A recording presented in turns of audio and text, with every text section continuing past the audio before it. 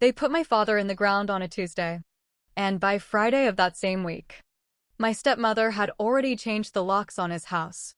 I stood on that porch with 2 suitcases and a cardboard box of my dad's old sweaters, and she looked at me like I was a stranger asking for spare change. She said, "This isn't your home anymore, Rachel." She had no idea what was coming. She had no idea who I really was. And 6 months later, she would find out. In the worst way possible. My name is Rachel Combs. I'm 34 years old. And this is my story. I want to start from the beginning, because none of this makes sense unless you understand what my life looked like before. I grew up in a small town outside Columbus, Ohio. My mom passed away when I was 9. Cancer. Fast and cruel. After that, it was just me and my dad, Walter Combs, for a long time. He worked at a manufacturing plant for 22 years. He wasn't rich. He wasn't fancy. But he showed up to every single school event I ever had. He learned how to braid my hair from a YouTube video because he didn't want me to feel like I was missing something. I loved him more than anything in this world. When I was 19, my dad met a woman named Denise. I was happy for him. Genuinely. I didn't want him to be alone. Denise was polite in the beginning. A little cold, but polite. She had a daughter from a previous marriage, Ashley, who was about my age. We were never close, but we were civil. I told myself, this is fine. My dad deserves happiness. They got married when I was 21. I stood up as a witness. I smiled in every photo. And for a while, things really were okay. But here's the thing nobody tells you about blended families. Sometimes the peace is just quiet. It's not real. Over the years, I noticed small things. Denise would introduce me to her friends as Walter's daughter instead of just her family. Little comments about how Ashley was the responsible one. Nothing huge. Nothing you could point to and say, this is wrong. Just a slow, cold distance. And I let it go. Because my dad was happy. And that was enough for me. By the time I was 30, I had built a quiet, good life of my own. I moved to Cleveland for work. I became a financial analyst at a mid-sized investment firm downtown. It wasn't glamorous. I wore the same 3 blazers on rotation. I packed my lunch every day. But I was good at my job. Really good. I got promoted twice in 4 years. I bought a small condo near the lake. I dated a man named Chris for 2 years before we quietly ended things, no drama, just 2 people who wanted different futures. I tell you all of this. Not to brag. I tell you this because it matters later. Please remember what I did for a living. My dad and I talked every single Sunday. Like clockwork. He'd call around 6 in the evening, right after dinner, and we'd talk for an hour about nothing. His garden. My work. An old movie he'd rewatched. Those calls were the best part of my week. I didn't know how many of them I had left. In March of last year, my dad started getting tired. Really tired. He went to the doctor. Then more doctors. Then a hospital in Columbus. Pancreatic cancer. Stage 4. The same disease that took my mother, coming back for him too. It felt almost cruel in its repetition, like the universe had a script it refused to change. I drove to Columbus every weekend for 4 months. I sat in that hospital room and held his hand. Denise was there too, of course. She was his wife. I never tried to push her out. I just wanted to be near my dad while I still could. He passed away on a Sunday morning in July. 6:40 in the morning. I was in the room. Denise was in the room. Ashley was in the room. We all watched the machines go quiet together. And for one single moment, I actually thought grief might bring us closer. I thought maybe, in losing him, Denise and I would finally understand each other. We had both loved the same man. That had to count for something. I was wrong. So wrong. The funeral was on a Tuesday. It was small, quiet, exactly the kind of service my dad would have wanted. No big speeches. Just people who genuinely loved him standing in a room together. I gave a eulogy. My hands were shaking so badly I could barely hold the paper. I talked about the braiding video, about Sunday phone calls, about a man who worked with his hands for 2 decades so his daughter could have a life he never got to have. People cried. Denise cried too. I remember thinking, okay, we're going to get through this together. After the service, there was a small gathering at my dad's house. His house. The house I grew up in.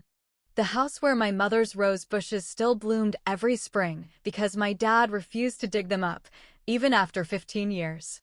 I helped clean up. I hugged relatives goodbye.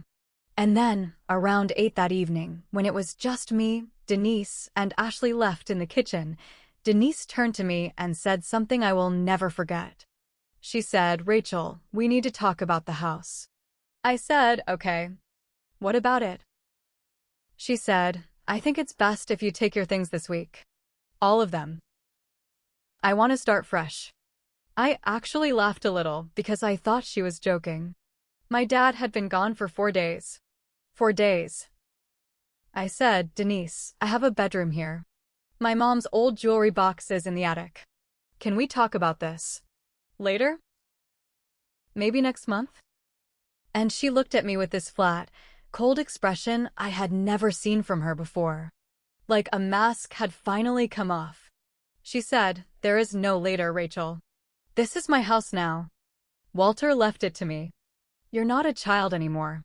You have your own place in Cleveland." I remember my stomach dropping. Not because of the house itself. I didn't even care about the house. I cared about being erased. For days after burying my father, and I was already being told I didn't belong in the place I called home for 18 years. I said, "Can I at least get my mother's things from the attic?" She said, "I'll box them up and ship them to you." She never did. 3 days later, I drove back to get a few personal items I had left in my old room. Photo albums. A quilt my grandmother made me. My key didn't work. I stood on that porch, confused, pressing the same key into the same lock over and over, like maybe I was just doing it wrong. Denise opened the door.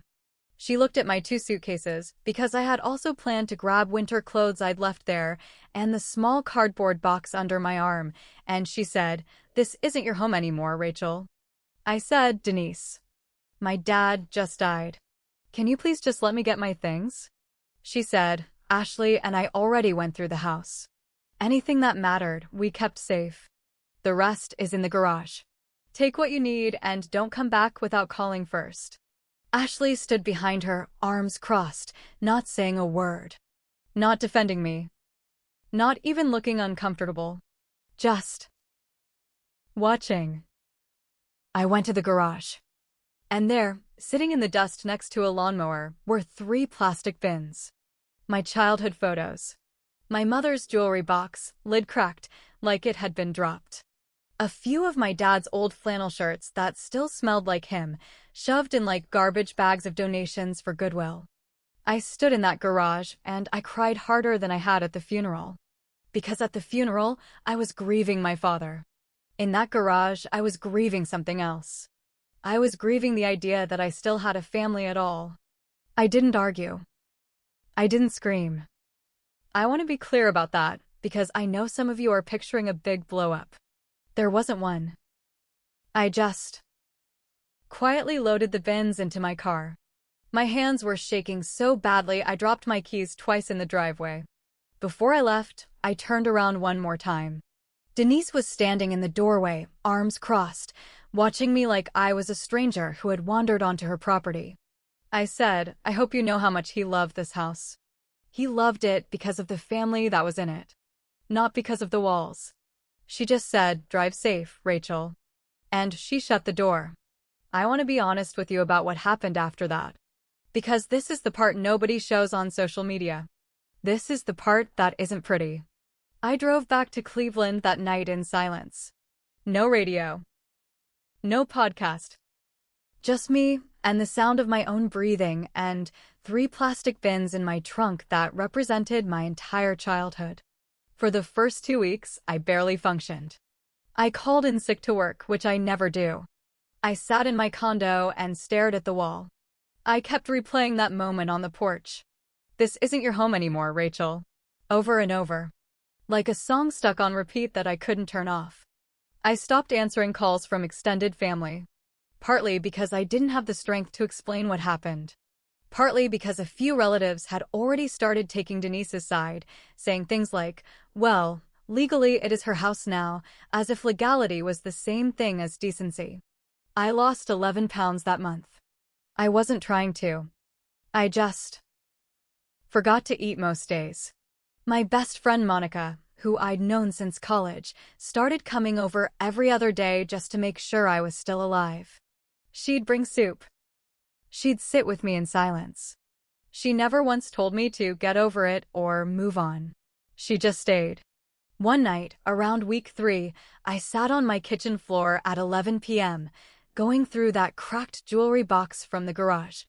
My mother's wedding ring was still in there, thankfully. A few old letters.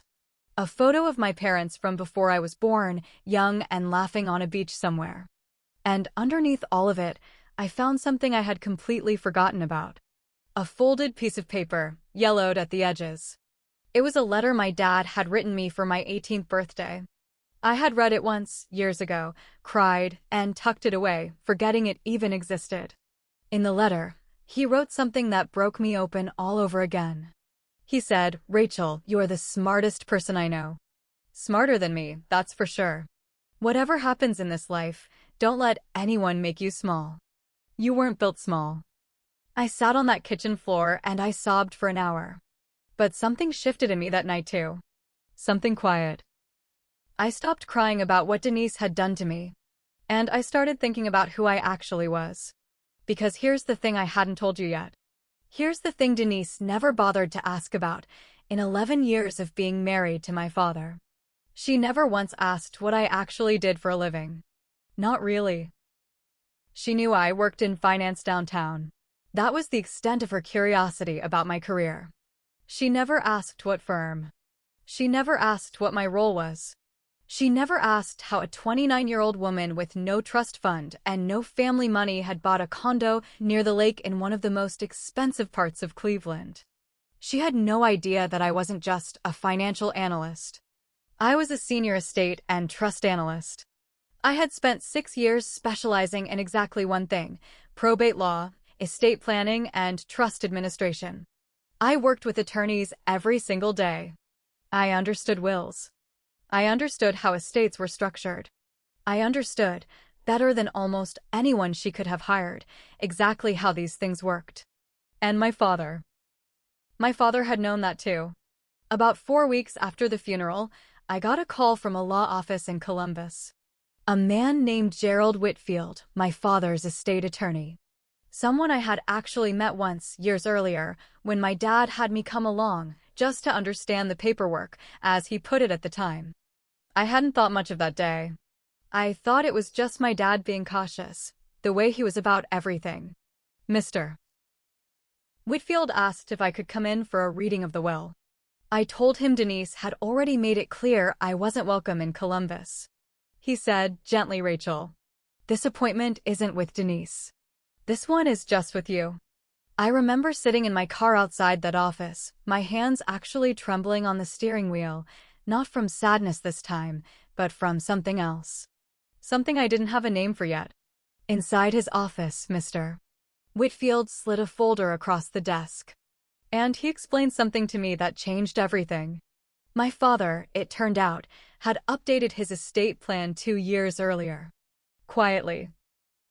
Without telling Denise. He had set up a trust, a real, legally binding trust, not just a simple will, and named me as the primary beneficiary of several specific assets. Not the house. He'd left the house to Denise, fair and clear, no dispute there. But he had left me something else. Something Denise apparently didn't know existed.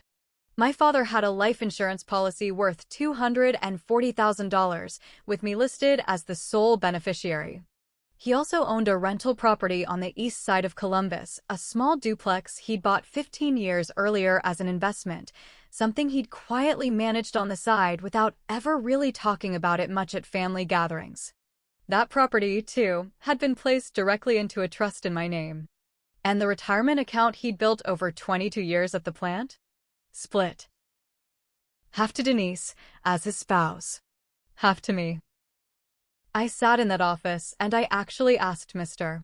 Whitfield to repeat himself because I genuinely thought I had misunderstood. He said, "Your father came to me 2 years ago.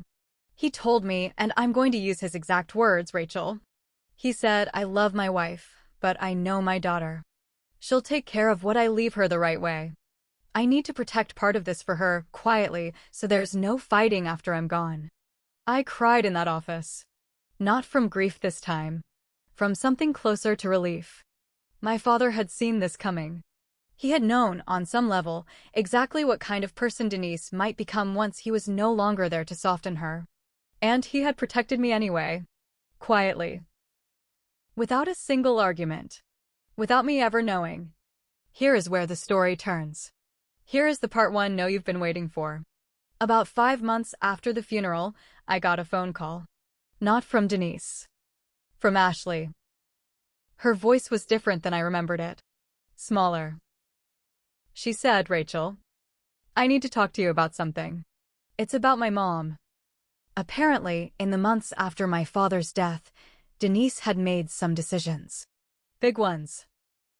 She'd taken out a home equity loan against the house, my dad's house, assuming incorrectly that she had access to the full extent of what he'd left behind. She'd used part of that money to pay off old debts. And she had also assumed, because she never bothered to check, that the rental duplex on the east side was hers too, since it was part of the estate. She had already started trying to sell it. It was in a trust. My trust. When the title search came back during the sale process, it revealed the truth. The duplex had never belonged to the general estate. Denise had no legal right to sell it. The deal collapsed in front of the buyers, in front of the realtor, and in front of Denise's own attorney, who apparently hadn't reviewed the estate documents closely enough either. Ashley told me her mother was, in her words, losing her mind. Denise had shown up to Mr. Whitfield's office demanding an explanation. And that's when she finally found out. Really found out. Who I actually was. Not just Walter's daughter. A senior estate and trust analyst who had spent her entire career learning exactly how documents like this worked, married to a father who had trusted her judgment more than anyone else's. She never told me what she did for a living. I told her, "Mom, you never asked." I sat with that for a long moment on the phone. Because it was true. In 11 years, Denise had never once asked me a real question about my life. Not out of malice, maybe. Just disinterest. She had decided who I was long before she ever bothered to find out. I didn't gloat. I want to be honest with you about that too. I didn't call her up and rub it in her face. That's not who my father raised me to be. But I also didn't rush in to save her from the mess she'd made either. A few weeks later, I did agree to meet with Denise at Mr. Whitfield's office, with lawyers present on both sides. She looked smaller than I remembered. Older. Tired. She said, "Rachel, I didn't know about the trust. I didn't know your father had done that." I said, "I know you didn't. He didn't tell either of us. He just protected what he needed to protect." She said, quietly, "I shouldn't have kicked you out that day. I was grieving." I said things I shouldn't have said. I looked at her for a long moment. And I said something I had been thinking for months. I said, "Denise, I understand grief makes people do strange things. But you didn't just say something in a moment of pain. You changed the locks. You boxed up my mother's things like garbage. You did that 3 days after the funeral.